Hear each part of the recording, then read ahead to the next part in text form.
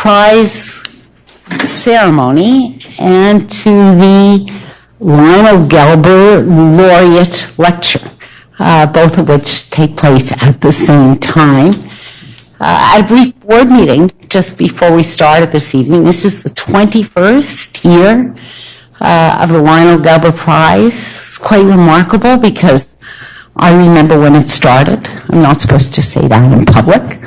But the prize has, I think, grown with every year. Its reach is growing, and its laureates are an extraordinarily distinguished group of people. Sitting in the front row are four nieces of Lionel, and right at the front, Noah, who is a grand-nephew of Lionel, who have continued the tradition that he started, which is a deep commitment, really, to knowledge, to learning about global issues, and to a literate conversation about global issues. So, again, on your behalf and on my behalf, just a thank you again for the personal commitment of all the members of the Gelber family who continue what is really an extraordinary tradition, not only in this country, but internationally. We're also fortunate tonight to have the chair of the jury with us, as well as another jury member. I'm not going to say anything about the other jury member for a moment because the chair of the jury will do so. But let me take a moment just to pay tribute to this particular chair, George Russell. I can honestly say George is an extraordinary friend of the Lionel Gelber Prize. Weaving in and out of its history over the years, and giving of his time, his effort, his intellect, over and over and over again, way beyond the call of duty. Having had the privilege of working with him now several times, at least on my part, George has become a friend. Not only the Lionel Gelber Prize, but a personal friend. And the wonderful part about it is when I call to talk about the prize, we mix in some conversation about international news, about what's happening in the United States. So we've traversed presidencies, elections, and many other milestones that run along like a stream through the history of this prize. So it's a great pleasure, George, to have you with us tonight. I'm going to ask Noah Rubin to start us off. Noah is the chair of the Lionel Gelber Prize Foundation, and he's going to say a little bit about his great uncle Lionel and about the tradition that this represents. Noah. Good evening, welcome. Tonight we're here to celebrate Jay Taylor for winning the 2010 Lionel Gelber Prize for his book Generalissimo, Chiang Kai-shek and the Struggle for Modern China. But as Janice said, a little bit about the man and the name behind the prize. Lionel Gelber was my uncle. He was someone who was extraordinarily passionate about international politics. He absolutely loved it. He advised the Canadian government in different capacities, and he wrote a number of books on international affairs. Much of my interaction with him as a child and a young man consistently revolved around the import of international affairs. It really was part of his soul. Literally every conversation had to include it, and the Lionel Gelber Prize became his vehicle for that passion and that interest. Today, the prize enjoys the benefit of distinguished oversight and polished management by the Munk Center here at the University of Toronto and Foreign Policy Magazine. Special mention really needs to go to Professors Janice Gross-Stein and Lou Pauly here at the Munk Center also, who really have been providing their vigor, their devotion to the success of the prize. I also should and also would like to thank Diana Crosby, who handles media relations for the prize, and Nina Bork, also here at the Munk Center, for some of the administration revolving around the prize. And then finally, of course, there is the jury itself. They're the ones who really have to read all of the books and come to a conclusion on the actual list of finalists, and finally, of course, the winner. And our jury chair, George Russell, thank you very much for performing that duty. Their commitment and expertise in this field is really testimony to the list of finalists that we've had, and of course our winner. So on behalf of the Lionel Gelber Prize Board, I would like to call upon George Russell to speak a little bit about the finalists and to introduce our prize winner. Thank you.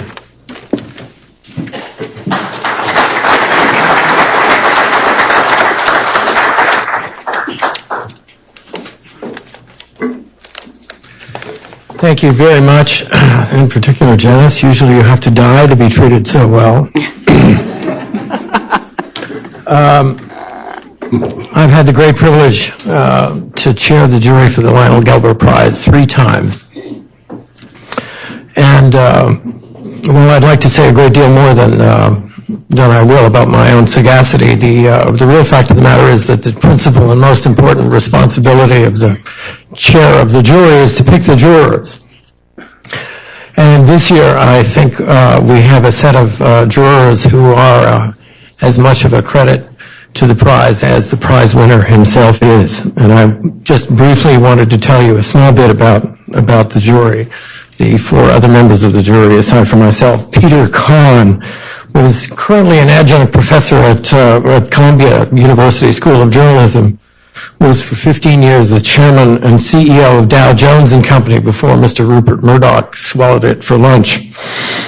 In his own time, he was the most distinguished foreign correspondent, as well as an editor and publisher, and indeed was won a Pulitzer Prize for his coverage in Asia, where he knew our prize winner.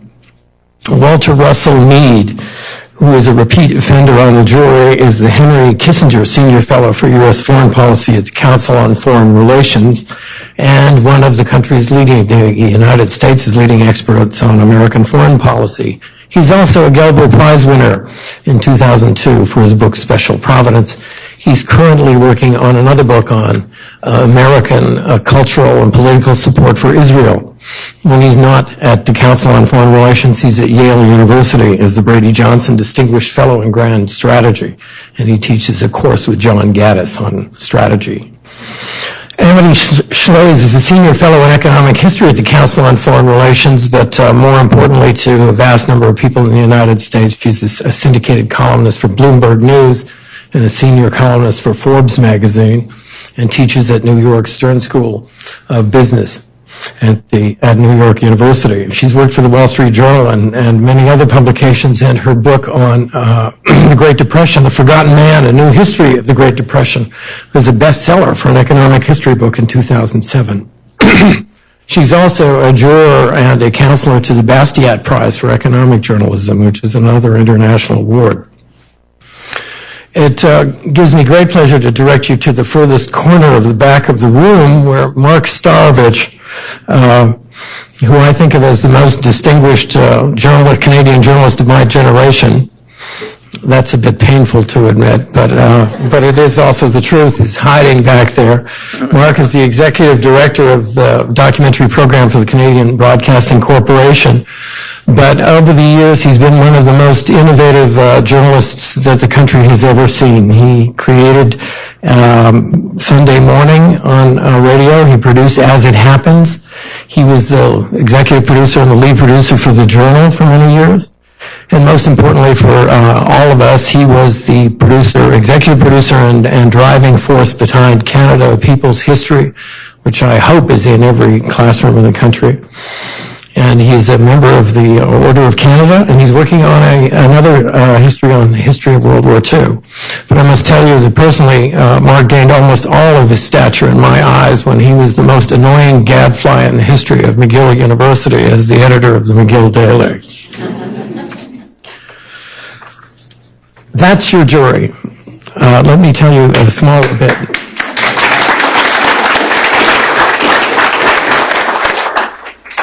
About the books, because this is not an easy prize to win. And I would say that it was more difficult this year than it has been occasionally in the past. Aside from our prize winner, I wanted to mention briefly the other 4 finalists. Reflections on the Revolution in Europe, Immigration, Islam, and the West by Chris Caldwell, who is a journalist who writes for the Financial Times and for the Weekly Standard in the United States. It's a deeply provocative and very intelligent rumination on the cultural and demographic contradictions and challenges faced by postmodern Europe amid a rising tide of Islamic immigration. And it raises a question that is with us still, which is, will Europe survive? The Dead Hand, an untold story of the Cold War arms race and its dangerous legacy by David Hoffman, is a carefully documented foray into the dark reaches of the Cold War. It starts by examining the Soviet Union's illegal bioweapons program and a near-catastrophic experiment at creating a doomsday machine, and it continues through the unfinished maneuvering that brought the world's greatest nuclear rivalry to its unfinished but much improved state. The teeth may smile, but the heart does not forget. Murder and Memory in Uganda by Andrew Rice is an intimate autopsy, there's no other word for it, of one man's search for justice in Uganda after it was vacated by Idi Amin Dada, which lays bare the deep fissures and frustrations of revolution and recovery in a battered post-colonial African nation-state. The Gamble, General David Petraeus and the American Military Adventure in Iraq, 2006 to 2008 by Thomas Ricks, a Pulitzer Prize-winning journalist who has written a remarkable work of political military reporting and about the struggle to generate and implement the still controversial U.S. surge in Iraq, as seen by most of its chief American military participants. These 4 books are remarkable in their own right, and I think it says a great deal about our prize winner, that the jury, after a lot of discussion and debate, chose the Generalissimo Chiang Kai-shek and the struggle for modern China over all of them. The Generalissimo is a meticulously balanced biography that rescues Mao Zedong's rival and China's other great revolutionary from the ash heap of communist history, while adding new complexity to Chiang's long balancing act with his domestic and American supporters and foes. I think it's fair to say that this book marks a major shift in everyone's thinking about the Chinese Revolution, and it may, in fact, also reflect a Chinese shift in thinking about their own revolution. It's our prize winner's contention that Chiang may be the durable revolutionary of China. And I certainly recommend that all of you who haven't read the book pick it up. It is a very densely argued, very scholarly, and really readable look at a topic that most of us may feel we already know and actually don't know well at all, thanks to our prize winner's groundbreaking research. And finally, I'd like to say a small word about our prize winner himself, who I find has an ectoplasmic trail across parts of my own career that we've been examining, people we know from colleagues of mine who've been stationed in the same places that he's been stationed. Jay Taylor, pardon me, is a scholar, diplomat, and writer, very much in the tradition of Lionel Gelber himself. And his literary output has been remarkable.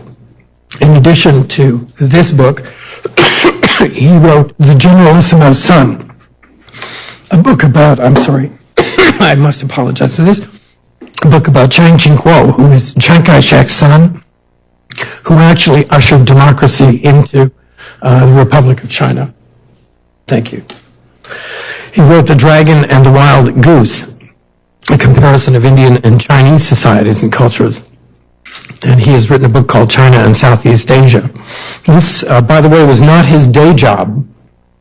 During the same period, or throughout his career, he was the Deputy Assistant Secretary of State for Intelligence and Research in the Department of State.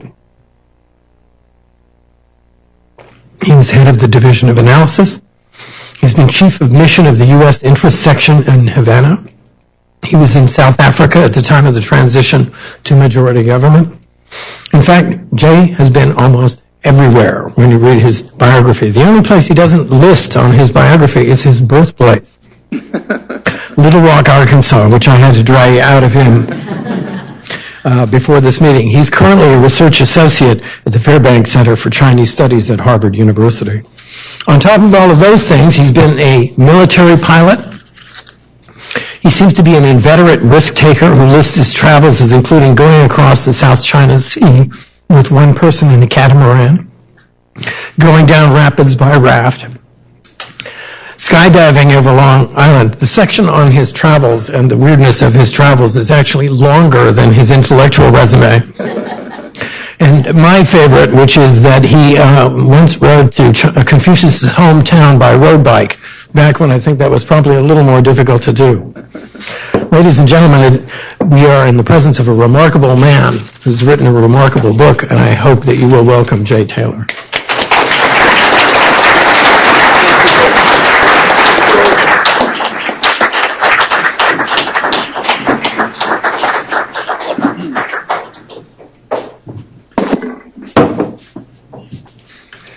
Well, thank you very much, George. That was a really great introduction. Thank you. And thanks to the Gelber family. Without you, this wouldn't be possible. I think you've made a really great contribution to serious writers and serious readers all around the world. So thank you so much. And the opportunity to come again to this beautiful city and this wonderful country. So what about them hockey players? So I hope I'm not giving any secrets away, but my 16-year-old grandson, he informed me after I told him about this, and he looked you up on the web, and he looked at the list of who had won before. And he said, do you know that beginning with the first award, that ever since then, every decennial year, the winner has been a book about China. So is this something about the Da Vinci Code or something? It so happens all of us also were born under the Chinese sign of the dragon. No, actually, I was born under the sign of the ram. Some people call that the sheep. But I had a Taoist monk in Fujian change it to the dragon. So it was true. And that maybe why it helped me to win. Thank you so much. But looking over the list of the winners and also my fellow nominees, well, it really is quite a daunting list, and it makes me feel very, very humble as well as honored. And I think these people, the winners before and my fellow nominees, they certainly represent the very best in modern writing and in the production of book-length commentaries on the world at large, including the horrible and the wonderful, the funny, and the sad. Well, when I looked down at what we should start off talking about, I thought you would probably like a 40-minute talk about Confucius. Nope. But anyway, I am going to start off with a little bit about Confucius, and then we're going to get on to eventually U.S.-China relations. But we'll have to start off saying something about Chiang Kai-shek, I think. And maybe I think when we talk about U.S.-China relations, we'll have hopefully some interesting, novel, provocative things to say. I think to call China today a Confucian society would not be objected to by the leaders in China. They themselves would say, yes, no, they honor and Confucius very much. But they would not agree to the conclusion of my book that the vision that drives modern China today is that of that modern Confucius, Chiang Kai-shek. And it's true that Chiang, as well as all the modern successors of Mao Zedong, their vision of China has essentially been the Confucian vision. What they've seen and what they wanted to create is a society that is very strong, that is united, that is harmonious and prosperous, has a lively culture, that is stable, but maybe above all, that is well controlled. And to achieve this sort of society, these leaders today in China, Hu Jintao and others, his colleagues, as well as Chiang Kai-shek in the old days and Deng Xiaoping. They believed the way to achieve this sort of good society in the Confucian mode was to free the industriousness of the Chinese people and the entrepreneurship. Let this freedom, let this competition work within a mixed competitive economy that was under the control of a strong central government that was led by firm but noble and benevolent men. So that is a real Confucian picture. And I think that's exactly what the Chinese want. And that is not what Mao Zedong had in mind. So it starts back. The Confucianization of China really began back in 1989, when after Tiananmen, Deng Xiaoping looked around and he and his colleagues realized, well, there's something wrong here. That China at that point, this post-Mao China, starting these economic reforms, that it had no ideological or political, geopolitical, or religious, philosophical core to it.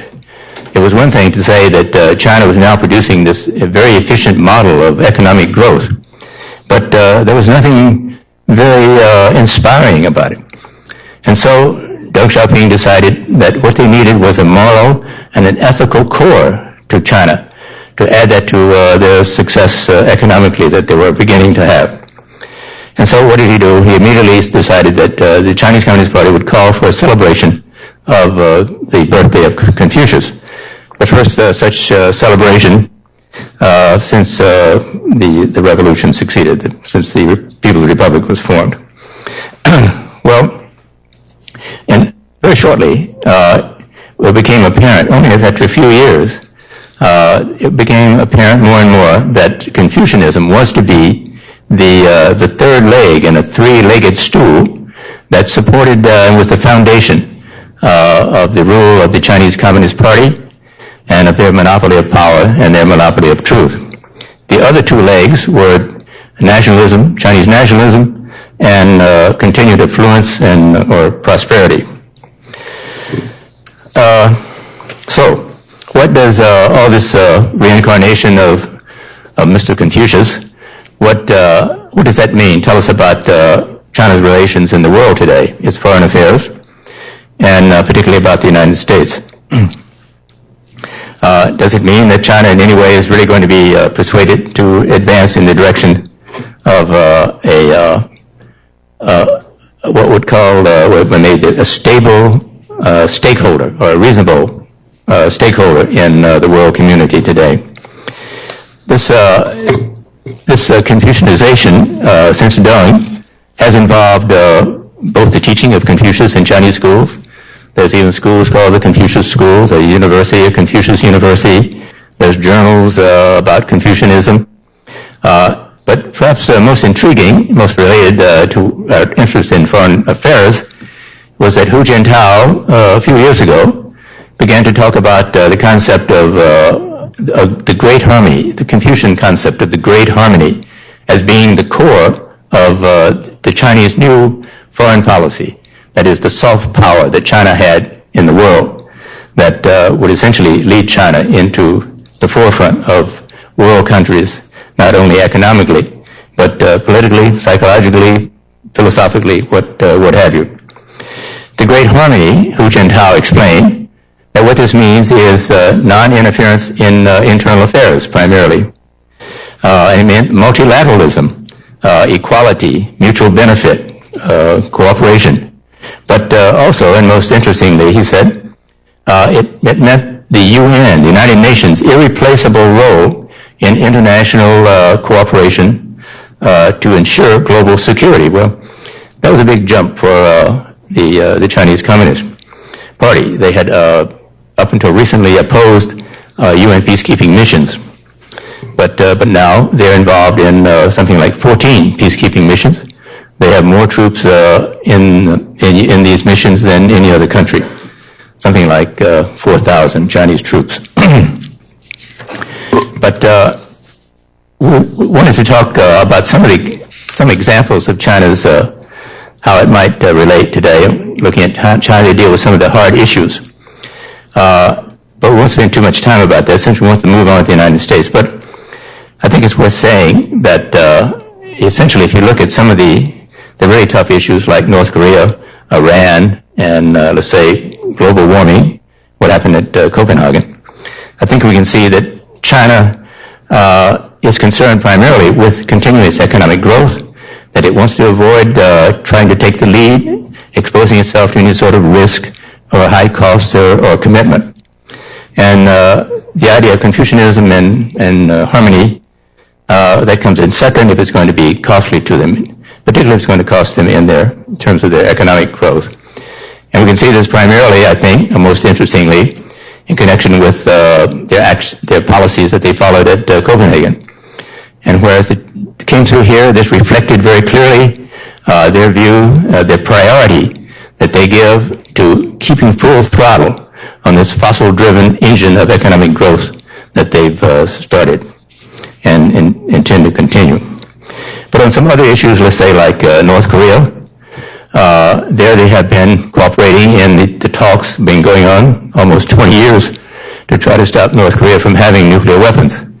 They have been cooperative in this, and they want to see North Korea. Did not want to see them have nuclear weapons, but they had other interests too. They had the most, in fact, maybe the only country that had any real leverage over North Korea, but they did not want to. They were afraid to use that leverage and have always declined to do so. That is, North Korea gets their oil from China. They could cut that off if they wanted. But to do so would violate for them a very important principle, the one that Hu Jintao mentioned, and that is non-interference in the internal affairs of other countries.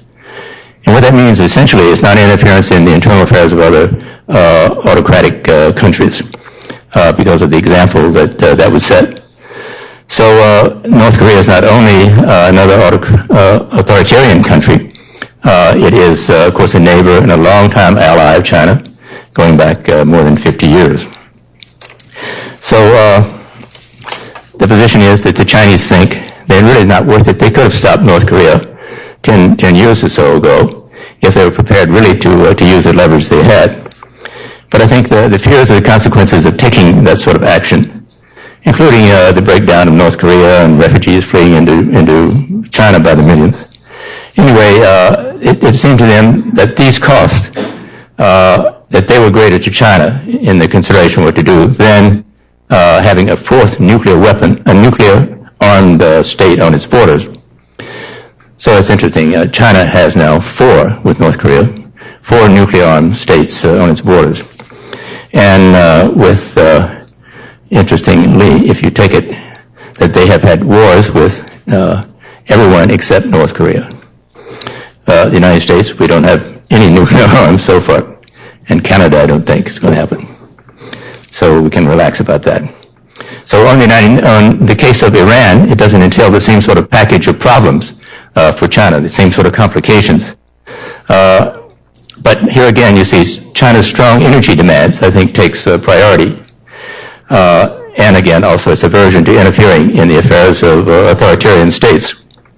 But nevertheless, it's possible. They have more flexibility here. We'll see. When the vote finally does come up in the United Nations Security Council, we'll see which way China goes and give us some indication. But still, we'll look to see where, for example, they might be more engaged in a more Confucian in the ideas of great harmony. So I think maybe like most states, they think their ideals and their principles are something they seriously believe in, but there are many loopholes and many exceptions have to be made for the sake of security and stability. Anyway,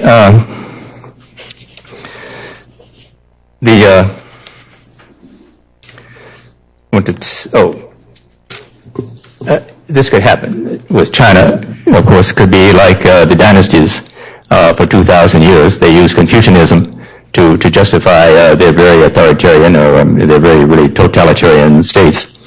And while Confucius always said that rulers had to be benevolent, and if they were not benevolent, they would lose the mandate of heaven, and the people had the right to revolt. And so that has always been part of the Chinese philosophy.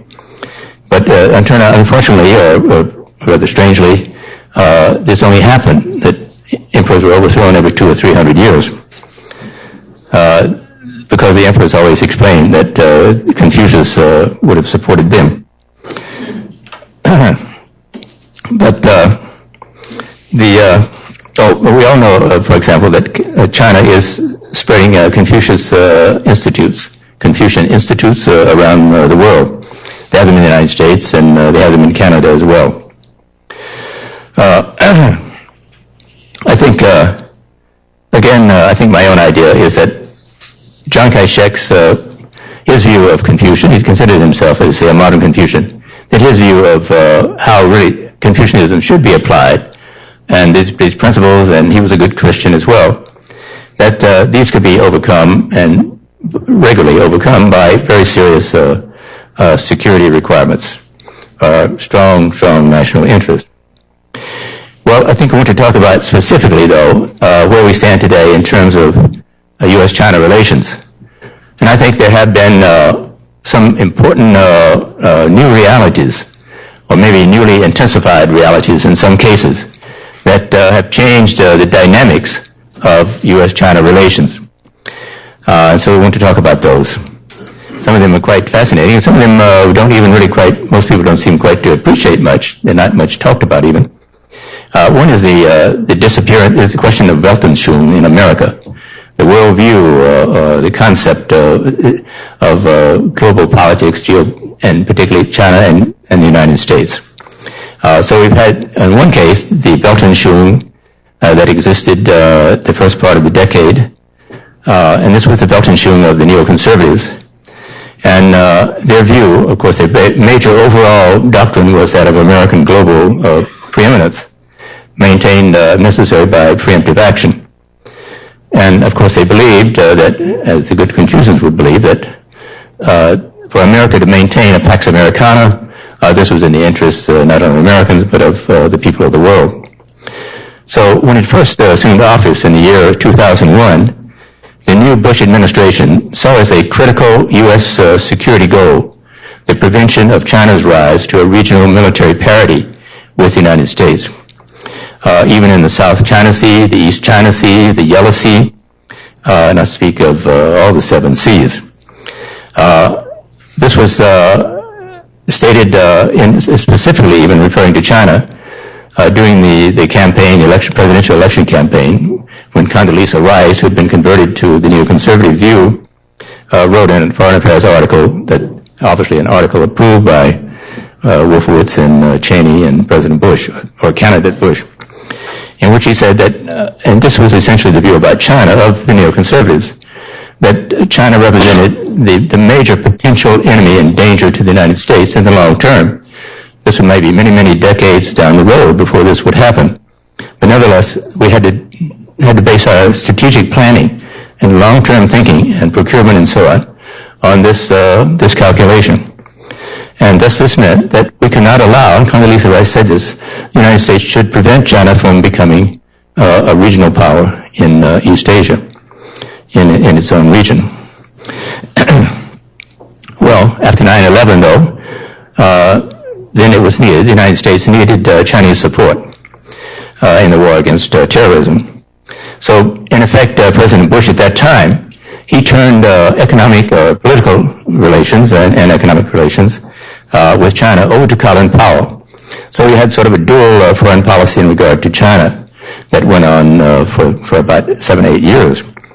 And the instructions really to Powell, just to kind of make it simplified, the instruction to Powell was he was to, in effect, to retain good and friendly relations with China, and booming trade, the more trade, the better.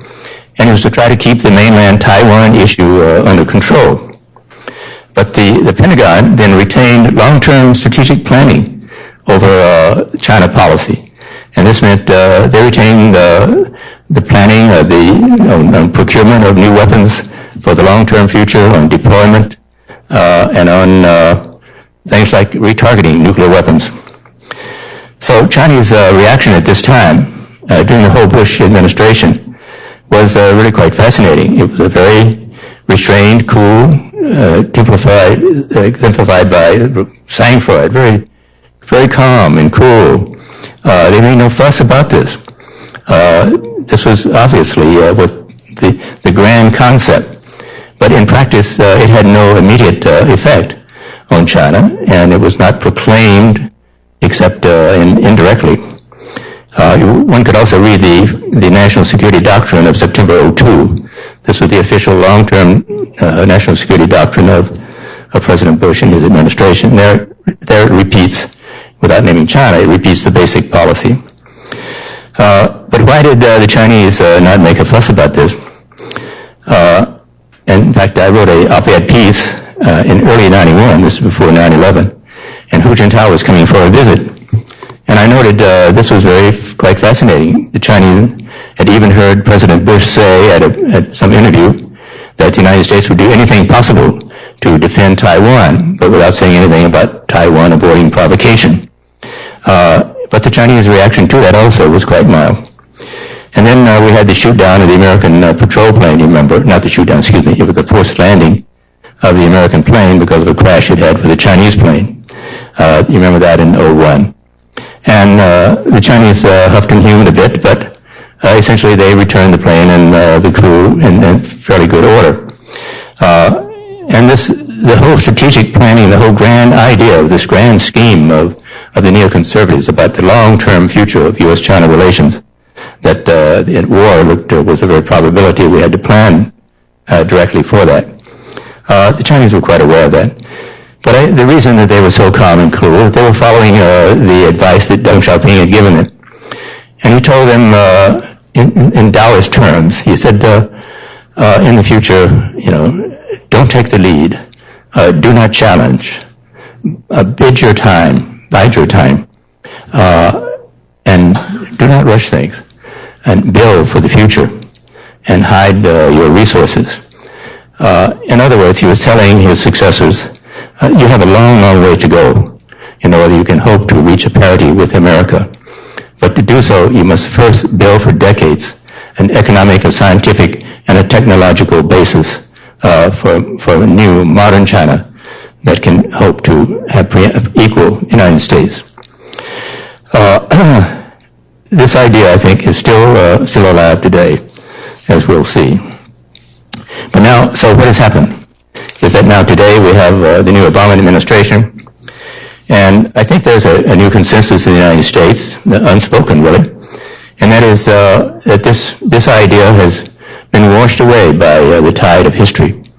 The idea that the United States would take as a policy goal the prevention of China's rise to a regional power in East Asia, in the East China Sea, in the South China Sea, and what have you.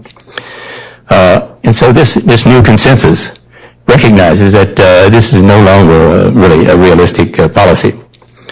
And so the Obama administration, its policy seems to me that it's gone back to what was the traditional policies followed by really all the presidents, including even Ronald Reagan. There were some choppy moments at first, but eventually Reagan and every other president came back to the policy followed since Richard Nixon, that the best way to assure or try to promote China, encourage China to follow a positive path in international relations is not to take China as a very real potential enemy, and that we must begin planning for that, and even talking about that. That instead, the best policy to achieve the same goal is to treat China as basically an ally, as a strategic partner in any event. That we have so many common interests. We want to stress the common interests. That we will maintain an unexcelled military strength, but we don't put this in the basis that we're trying to prevent China from achieving parity, achieving the rank of being a power equal to the United States. And that China has the right to build its own regional forces, to build its own global forces if it wishes to do so. And that it has the same right to be equally confident as the United States in its own security. Well, that's a big change in U.S.-China relations, and should be a very positive one for the Chinese. The neoconservative view was essentially taking China where they treat it as a real potential enemy. That was the key in terms of our whole defense long-term planning. And now you have a regime like the previous Bush the elder, and Ronald Reagan, Nixon, is that we must emphasize the positive, emphasize the common interests we have, which are quite enormous and quite strong with China. And of course, if China goes down the wrong path, we will do what is necessary. In the meantime, we will maintain an unexcelled military strength. But this is not noted by many people, certainly not noted by the Chinese leaders in Peking. I call it Peking, in Beijing. And, well, we'll get to that in a minute. Why? Instead, relations are much worse. Suddenly, it looks like there's much more strain in U.S.-China relations than was at any time during the Bush period. Well, a third new reality that has affected U.S.-China relations should be a positive thing. And this is the symbiotic relationship, economic and financial relationship that has existed, that for some years, of course, been going since the great boom began in the early part of this decade of trade between the two countries. But I think it has developed now so suddenly, to such an extent, just in the last couple of years, that one could say this symbiotic relationship, economic and financial relationship, that it has now reached qualitatively a different character. This is a new reality. You have all heard the astounding figures and statistics about, for example, the hoard of U.S. dollar instruments that the Central Bank of China is holding. Is this really quite staggering? This exchange of American IOUs for Chinese products amounts to the greatest voluntary transfer of wealth in the history of the world. So whatever happens economically in terms of disputes and financial disputes between the U.S. and China, and there will be many tough ones, that's for sure, that the two economies are now so linked that they're like co-joined twins. And any attempt at separation is bound to kill one of them. We don't know which one, or it probably will kill both of them. So I think another quite dramatic example of Deng Xiaoping's advice and how they'll continue to carry it out. Although on the one hand, we'll see things don't look good between U.S. and China. There seem to be all these strains going on. But an example that the Chinese are following a very deliberate, a very considered path, and that really is quite a realistic path. And that example, that evidence, is the fact that so far we have seen no Chinese effort to reduce their exposure in U.S. treasuries, although the Chinese are losing about 7% a year in their investment is going down about 7% a year due to inflation and the fall in the value of the dollar. And yet there was some false report a couple of months ago that they were beginning to dump these treasuries. Well, it may happen, but now this has been going on. The American dollar has been going down. The American fiscal situation is looking bad and worse for a couple of years. And yet the Chinese have not dumped their dollars. Well, the third big change in the dynamics between the United States and China is also a very, very positive one. And that is the significant diminishment in Taiwan, the diminishment of Taiwan being a source of U.S.-Chinese conflict. And it really has been, for all of my time in the Foreign Service, working on Chinese affairs, the only real conceivable cause of war between the U.S. and China was Taiwan.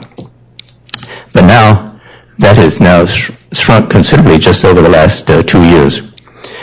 This new reality began to be manifest first in the defeat of the pro-independence party in Taiwan, led by President Chen Shui-bian in 2008, and the return to power of Chiang Kai-shek's old government. Who would have thought? Everybody thought he had taken a walk. But the Kuomintang has returned to power. The old party, the party that so abused the Taiwanese and did dreadful things, committed crimes against humanity, I would call it, in the events in February 1947 and the White Terror 49 and 50. But the Kuomintang today has been elected back even with a majority support of native Taiwanese. And this party, unlike the previous one, still adheres to the one China principle, while insisting that Taiwan must retain all the full level of autonomy as at present in any agreements with the mainland. Well, in addition, once the new president named Ma Ying-jeou, once he came into power, there began an exchange of visits and official talks, and all these led to agreements on direct air travel and direct postal exchanges and other matters. Meanwhile, Hu Jintao, in a highly significant statement, again, not many people, even China watchers, paid much attention to it, but the last time he made the statement was in December 2008, in a message to the Taiwanese people of Taiwan. He said he called for talks to end the formal state of hostility between the two sides, and he called for a peace agreement and a peaceful and cooperative development in cross-strait relations. Now, if you know the history of Taiwan mainland relations for these since 1950, you know this is quite significant, very incredibly flexible. Hu Jintao is suggesting they should discuss a peace agreement. I mean, this was a civil war still going on officially. Of course, there's not been any hostilities for 40 years, but it's still going on. And most civil wars are ended, well, there's appomattox and you get your sword back and you go home. There's no sort of treating each side as equals. But clearly he was implying in an agreement, in negotiations, both sides would be considered equal.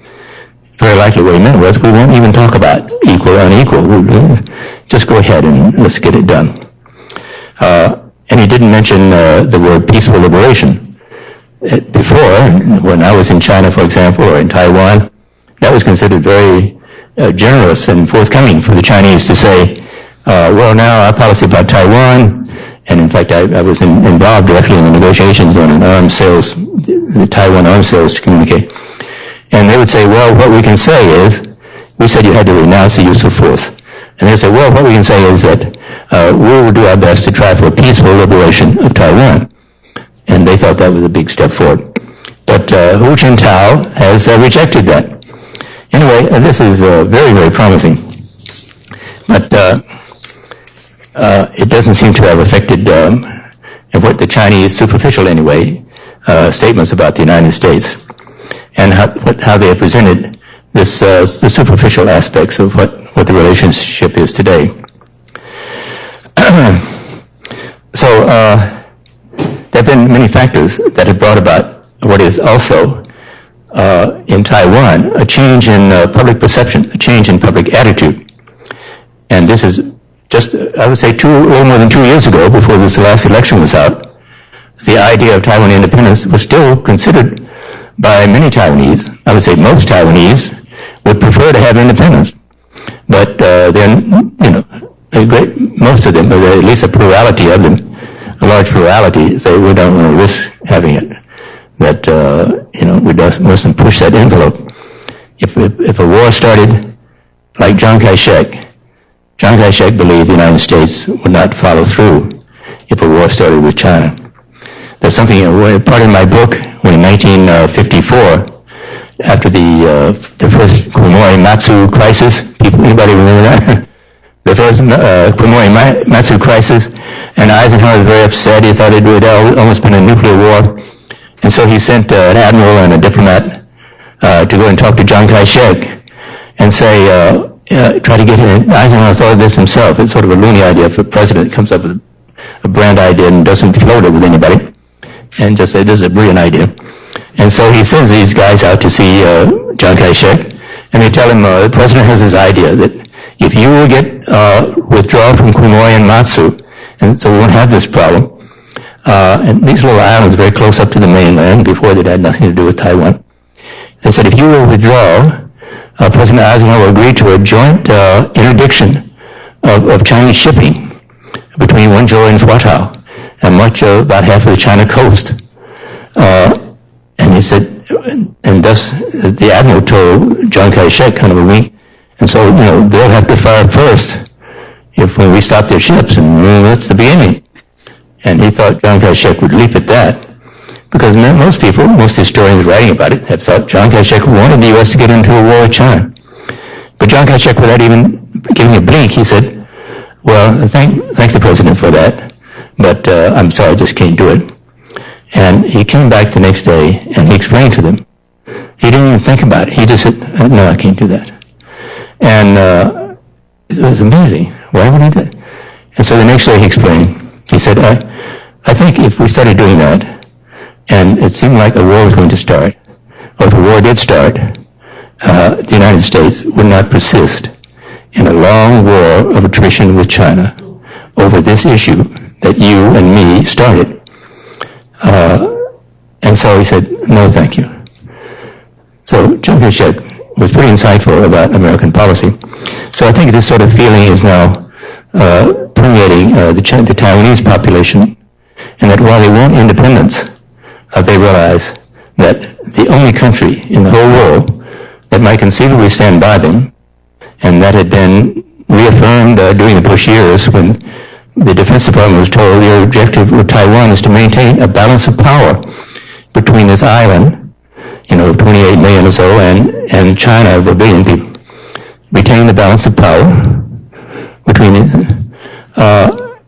At that time, that was still possible. Anyway, we could talk on and on and on, but basically I want to get back to the simple point about these good aspects, these good things that have happened, new dynamics, new realities. And nevertheless, we see what has happened just in recent days. For example, Wen Jiabao says, he lectures us that we must stop urging them and hectoring them about changing their currency and letting their currency expand. And you've just got to stop that. Yesterday, the papers of the Minister of Commerce really almost insulting in the United States is that, look, you're trying to get us to reduce our currency, and even threats in Congress. There might be something about putting tariffs. Well, if that happens, you're going to really be hurt. We won't be hurt so much. You're going to be hurt. So better stop that. On Taiwan, an arms sales package that Obama just approved for about $6 billion. They've also drove us across the coals on that. And any number of things. Tibet, the Dalai Lama, came in. He had to go out the back door of the White House. But still the Chinese saying, we're destroying, provoking, violating their sovereignty. When Obama started leaning over backwards to mitigate the thing. So what is happening here? I think the reality is that the Deng policy is still very much alive. And we can see this not only in the fact that the Chinese have not begun dumping U.S. treasuries, but the fact that they've not had a crash program to try to catch up with intercontinental ballistic missiles. And all during the years when after President Bush started an anti-missile defense system, and they say it was aimed at North Korea, the Chinese didn't believe that for a minute. We're going to build this multi-billion dollars and North Korea doesn't even have intercontinental missiles. Well, the Chinese have never had a program for a crash buildup to try to catch up with the United States. The United States has 5,967, as of last year, nuclear warheads that could reach China on intercontinental missiles, submarines, or heavy bombers. 5,967. China has 20. And these are hard, solid fuel that might get off before our rockets hit them. They have 20 to 6,000. And yet there's no crash program. Even when they read what the Bush policy was, the neocon policy was to take China as the enemy and retarget. The nuclear posture review statement of 2002 was leaked to the New York Times, and it said that, among other things, they were spoken general terms, not specifics, but one of the recommendations was that there be a retargeting, or new targets be shifted from Europe to Asia, nuclear targets. Well, the Chinese knew that that wasn't Macau. that they were aimed at. And yet, we see what the Chinese can do. They have very good, they've tested them, these intercontinental missiles, and yet there's no crash program. It shows that they think the conditions still exist that Deng Xiaoping emphasized. And Wen Jiabao has said this himself, even recently, again, it repeats. It's going to take us, he said, 50 years to catch up with moderate countries, with moderate economies, moderate levels. But he said to take up to the most advanced countries, like, America or Canada, this is going to take us, it will take us 100 years. I think he's exaggerating, but he probably believes and hopes it can be 50 years.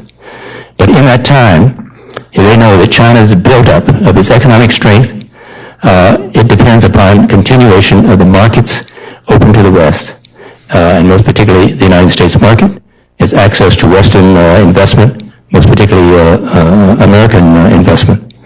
And this is key, not only to China's continued boom, but to the survival of the Chinese Communist Party. That continued affluence is essential. Wen Jiabao said something else a couple of years ago, hasn't repeated it, and that the differential between the poor, the rural people of China, and the urban, it's 5% in the rural areas. And we travel around in Yunnan, and when it was September, and one could see, I've traveled a lot in China over the years, and that the conditions of the average Chinese farmer improved a lot after Deng Xiaoping's return to family farming. But after that first 10 years, I think there's been very little improvement. But he has this tremendous problem. We have these other problems we all know about. We know the rapidly aging population, much more aging than the United States, on the level of perhaps Germany and Japan. They have this very skewed sex ratio. In some places, the average is 16 or 17% of children under 15, 16 or 17% boys, more boys. In some areas in Guangdong, it's 30%. They have the pollution problem, which is gigantic. And I think they seriously, they know they have to do something about it. But it's overwhelming. Like everything in China, it is immense. So I think at the moment, all this hectoring of America is a tactical thing. Having dealt with the Chinese and negotiated with them over the years, I can tell you, they're very tough businessmen, very tough negotiators, and they can be mean when they think it's their purpose. And when they think they sort of have the high road, they have principle, they have achieved some sort of something morally or principally on you, that they can drive home their advantage, then they will do so. But what they're seeking is simply some tactical concessions from the United States on things like Taiwan. They would like us to urge Taiwan to engage in peaceful negotiation. But other than that, I would just like to leave with this one thought, that the Chinese, as they do advance, inevitably towards parity with the United States, parity in economic and thus in military strength, and whether it does take 50 or 100 years, that is inevitable. But they should keep in mind that when they do reach that El Dorado in the desert, that like most other great powers in the world, they will be subject to the projection of arrogance as benevolence, just as we've seen some leading democratic countries fall afflicted with that same disease in recent years. You've been a great audience. Thank you very much.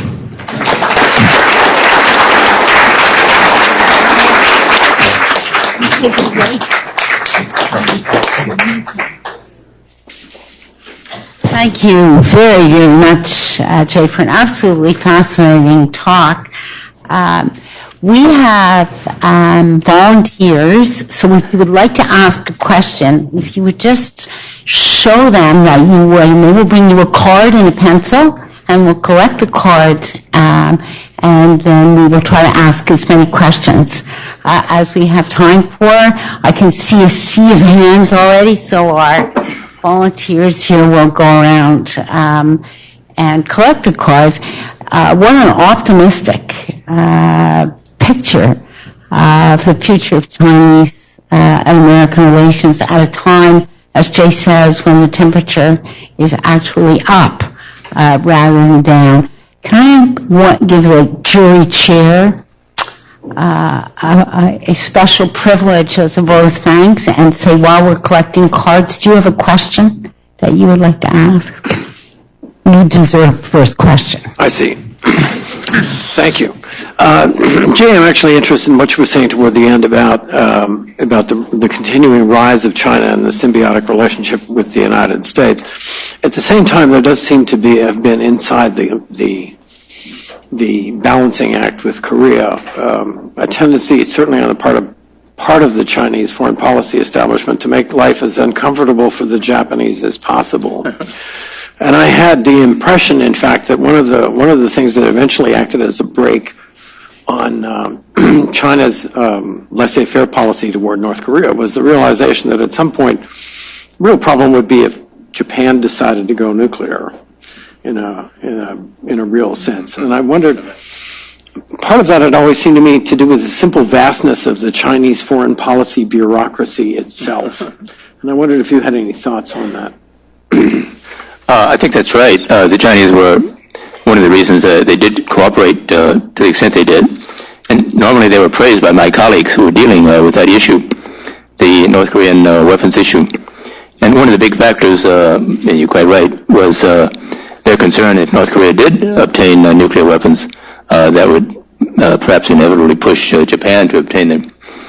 But they still declined to exercise the full leverage that they had.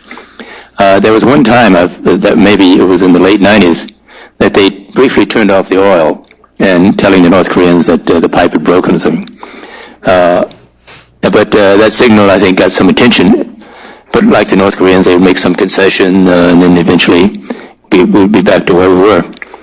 So I think they've reconciled themselves to the fact that North Korea's got nuclear weapons and they're not going to give them up, and they're likely to stay there.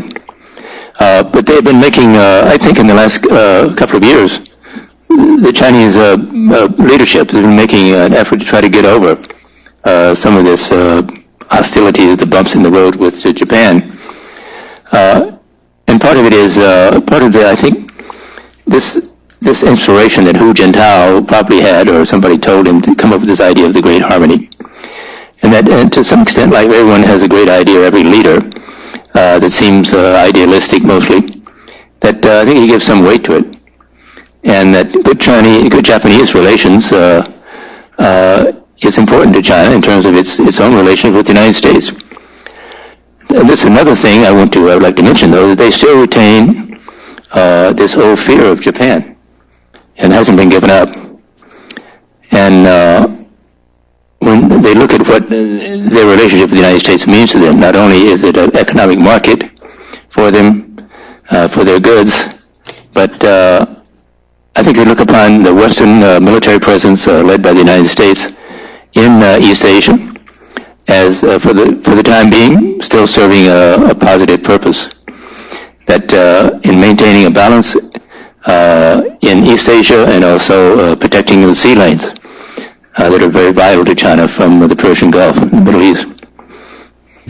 So I have a collection of great questions, and I hope we can get through as many as we can. One question, as China rises in material power, as you said, and in relative power, do you think that their political system will come under pressure? That their political system, that the authoritarian system of governance will come under pressure, that they will open? Or do you think, in fact, that the current system will be able to survive the shocks as they become more and more powerful? Well, I think as they become more and more powerful, and this idea that China has risen and it sort of has an awesome image now, and the Chinese people, the popular opinion, has even perceives this the strength of China and the leverage that it has over the United States being much greater than it actually is. But I think the Confucian thing here is interesting. That there's clearly, it seems to me, there's signs that while beginning with the reforms, beginning with the Deng takeover in the early 80s, there were these always to talk about political reform in China, and it culminated with, of course, Tiananmen and the democracy movement that was knocked down. But even Jiang Zemin, who then became the prime minister, in his interviews with Westerners and other things that he said, he still talked about political reforms in a sense that led the implication that he was talking about something more than simply a show of some kind of parliament. That he meant that China down the road, he would say, we're a poor country, we need to have political reform. And it was implicit that what they meant was something more in the modern tradition of a parliamentary system with some real substance to it. But now I think they feel they have this Confucian basis, and they're saying, now we have what we needed. We have economic strength, we will soon have military strength, but we have nationalism, and now we have Confucianism as providing the moral and the ethical center of the new society. And so the idea of moving towards a real parliamentary basis has probably lost some strength. They began having direct elections to village leadership roles in some time ago, more than 10 years ago. And the idea then was that this would spread to higher levels. They were first at the county level, and then the provincial level, and then the national level. We'd have direct elections. But that has never happened.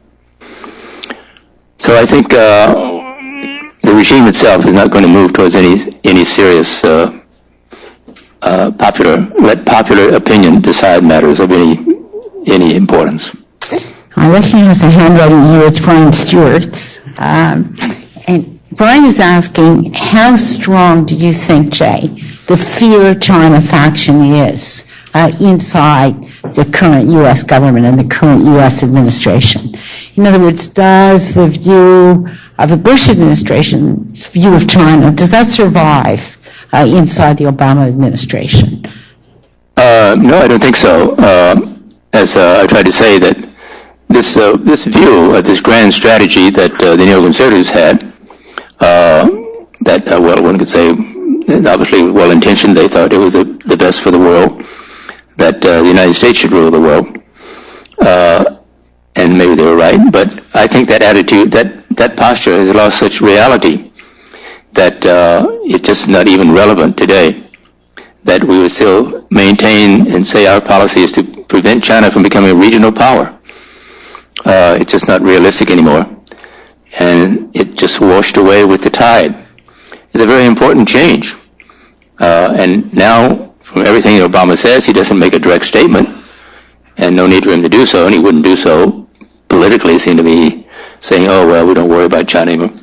But it's quite clear they have moved away. Not moved away, they have abandoned that. But the American people, there was never understanding among the American people of this policy anyway. During the Bush years, only very people involved in this occult trade of following Chinese affairs understood what the policy was. It was never manifest in any particularly identified way. Although there were deployments made, there were retargeting decisions made that were related. A follow-on question really that relates, and I know that people are deeply interested in. How do you understand the dispute between Google and China? What does that mean? Peel away the layers of the onion for us and put it in context. Well, I think it depends. We don't know exactly who did originate these raids or attacks on the Google email people, particularly human rights people, Chinese that were involved in human rights. One can suspect that some elements of the Chinese government were involved, but that wouldn't necessarily mean the Chinese leadership ordered them to do so. Even in China, in the government, there are mavericks, or in things like institutions and universities, the one this was traced to. There certainly could be faculty members or other people that just did it without asking. And the Chinese reaction initially kind of suggested to me that it was without the knowledge of the leadership. But now it's become an issue. They're certainly not going to let Google back down and change the situation by not censoring traffic. So it becomes an open and shut case that Google will, if they adhere to that, they'll have to withdraw. But the Chinese have not tried to portray this, the Chinese government has not portrayed this as some kind of a hostile, unfriendly act perpetrated and encouraged by the U.S. government to get Google to try to embarrass them. And they haven't really done that. You see a lot of people on blogs in China attacking the U.S. government for that. But I think the Chinese are trying to be kind of encouragingly kind of restrained about it.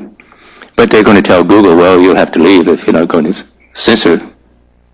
It's interesting in reading some of the blogs and watching some of the news coverage of this story, you do sense resentment among some Chinese young people that they're being cut off from access to Google.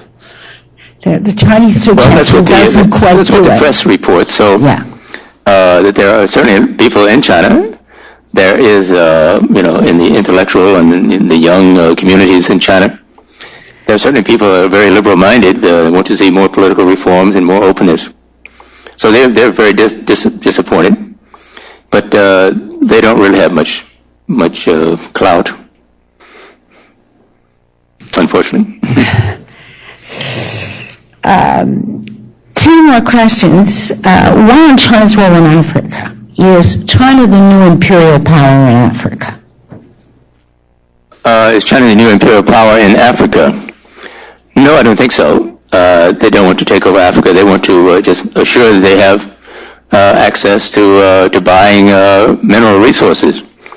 That's what Exxon does and BP. They try to get access, but they also are willing to go to unsavory governments to try to arrange that. Well, we have an arrangement with Saudi Arabia. I mean, American companies. Their record is not very good in human rights. But their practice is, again, I think they're improving and changing on that somewhat. Their kind of protection they feel for other authoritarian regimes. And that was kind of a statement. That doesn't necessarily mean, I think they really think Sudan is probably a terrible government. They know North Korea is a terrible government. But for some while, it was kind of a statement. Well, we're authoritarian, but we're a good authoritarian government. But we're not going to go along with criticizing other authoritarian governments because before you know it, you're coming after us. So I think that, for example, the Sudan. But they made some changes. Recently, they sent an envoy out to talk to the president of Sudan and encourage him. They publicized this. And presumably that's what he did. I think they would have done that to try to improve his ways and stop these atrocities. And they made they voted in the United Nations on a resolution on Zimbabwe, another authoritarian government they had maintained good relations with. And also in Burma, they came during the killings at the time of the Buddhist demonstrations. They made the public statement expressing concern about it. Some little sign. They are moving maybe on that. So some positive signs that they really see themselves as Chiang Kai-shek did, that saw himself as an ethical person and as a moral person, although he felt he had to sometimes do terrible things.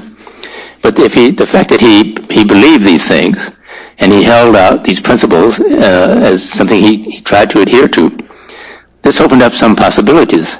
And we see what did finally happen in Taiwan. He always had to be on the defensive about not having democracy because he always said, yes, we're going to have democracy and we're going to have multi-parties, but now because of the civil war still going on, we have to have martial law. But people would start, what do you mean? It's been 20 years now, 25 years. And he would always be on the defensive. So if you have a principle that you really believe in, but you don't adhere to it, you are vulnerable to begin to try to make reforms. And as de Tocqueville says, the beginning of the end for despotism is when it begins to reform itself. So we wait for that to happen in China. One last question before we actually present you formally with the prize and with the with the envelope that goes with the prize, Tibet, which is a subject that many people are interested in. We've actually had the Dalai Lama visit in Canada, visit in this university. How do you see the future of that relationship unfolding? With whom? Tibet. Oh, Tibet. Well, I think the Chinese have the same feeling about Tibet as Chiang Kai-shek did have. And that is, Tibet is part of China, and it will remain part of China, and no matter what. Maybe you'd have to go to a nuclear war, and the Chinese people overwhelmingly support that. And they've been changing the demographics of Tibet just as they have been with Xinjiang, which used to be 95% Muslim. Now it's about 50-50 almost. So this could be said to be, not, what do you call it, genetic cleansing, what was the word? Ethnic cleansing, right? But it has something of the same effect. That is, they just simply move in, settlers. Chiang Kai-shek believed that these minorities were nearly not minorities. They said they were all originally Han Chinese, but they learned different languages and different religions, but we're all one people. And that China had never, invaded another country or dominated or oppressed other peoples. But Tibet, it would be a disservice, I think, to the people of Tibet to hold out the hope to them that the international community would support any non-peaceful effort, because it would fail. In my book, I report how the revolt that happened in 1959 against the Chinese, and that led to, and the Dalai Lama then fled Tibet, that Taiwan, the Zhang's secret service, and the CIA had been arming the troops before the riots started, because of a rumor that the Chinese were going to take the Dalai Lama away. And then we flew in arms to the Tibetans. But it was quite clearly going to be a lost cause. We have a few hundred, even if we got a few thousand, we could arm. It was hopeless. And one time, in a national security meeting, what's his name, Alan Dulles, head of the CIA, then reported to the National Security Council, this is in the book, that, they've been pretty much wiped out, but they're still going to keep dropping arms in there and dropping people to try to stir up the Champa minority there to revolt. And Eisenhower said, well, it's hopeless then. Why? Isn't only just causing more suffering and to the Tibetan people? And Dulles reacted, well, but it keeps it alive, in people's mind. It brings disrepute on the Chinese government, and creates tensions with them in India, and this all serves our purposes that we had at the time. So we don't want to repeat that. Thank you very, very much, Jay, for just a splendid, really splendid discussion of the current state of Chinese-American relations and the future state of China. There's probably no more important question globally than that question. In this city, we are about to host the G8 in June, right, and followed directly a day later by the G20. And yet, many of the people in our government and in other governments are asking, really, is the crucial relationship the G2? And I think that's exactly what you put on the table for us tonight. In about one moment, I'm going to call on Noah and George to come up with Jay and present the prize. But just before I do, on behalf of the Gelber family and the Munk Center, you are all invited to a reception immediately after Jay is officially given the prize. It's time really to do two things. First, buy the book. They are all out there. You can see from what you've heard that this is a must-read for any of us who think about the future of the global system and probably the most critical relationship. We will impose on Jay to sign the book for you during the reception. So that's just outside the door on the way to the food and the drink you stop. and you buy the book. There are also the books of the other 4 shortlisted authors are there as well. And the prize really stands for, the Lionel Gelber Prize is all about doing the hard work through its jury chair and jury members of selecting the 5 best books to read about international issues in any given year. There's a feast out there, in other words, for all of you to enjoy. Let me ask Noah and George and Jay to come up.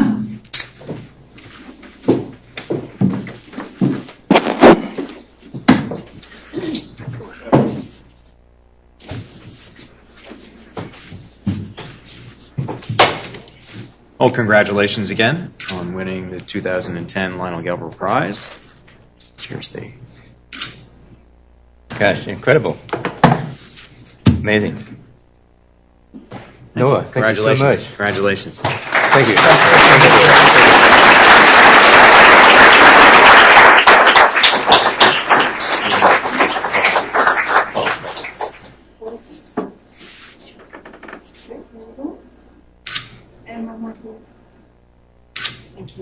you. So, and thanks to the whole Gelber family. It was quite a surprise. I really didn't think the Gelber jury would really that would catch their attention. Chiang Kai-shek.